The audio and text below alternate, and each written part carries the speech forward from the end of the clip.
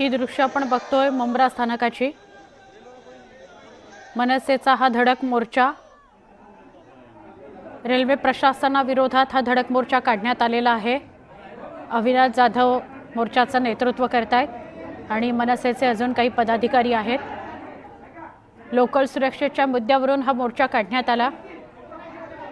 गावदेवी मैदान ते ठाणे स्टेशन असा हा मोर्चा होता। रेल्वे प्रशासनाविरोधात मनसे आक्रमक झालेली दिसते। कालच्या घटनेच्या पार्श्वभूमीवर हा मनसेनं मोर्चा काढलेला आहे।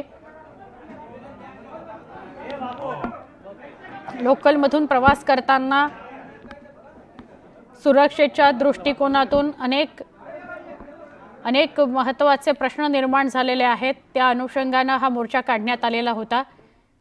आमचे प्रतिनिधी अजित मांढरे यांच्याशी बोलूया। अजित, गावदेवी मैदान ते ठाणे स्टेशन असा हा मोर्चा होता, काय सांगशील? पत्रकारांशी संवाद साधणार आहेत का आता सगळे? आता पहिले मनसेचं एक शिष्टमंडळ आलेलं आहे। ते सेंट्रल रेल्वेचे जे डीसीएम आहेत आणि डीआरएम आहेत त्यांच्याशी चर्चा करणार आहेत, त्यांचं निवेदन देणार आहेत। याआधी देखील मनसेनं मोर्चा काढला होता की ज्यावेळी सगळी घटना झाली मागे पावसाळ्यामध्ये देखील 2 पत्रे उडून प्लॅटफॉर्मवरती आले होते। त्यामध्ये नागरिक जे प्रवासी थोडक्यात वाचले होते। त्याचबरोबरीनं अनेक ठिकाणी पाणी साचलं होतं।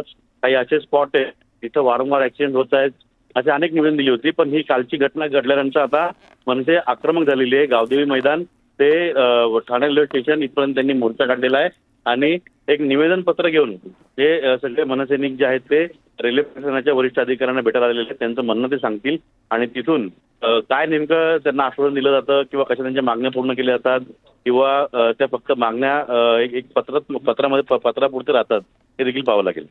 नक्की धन्यवाद माहिती दिल्याबद्दल।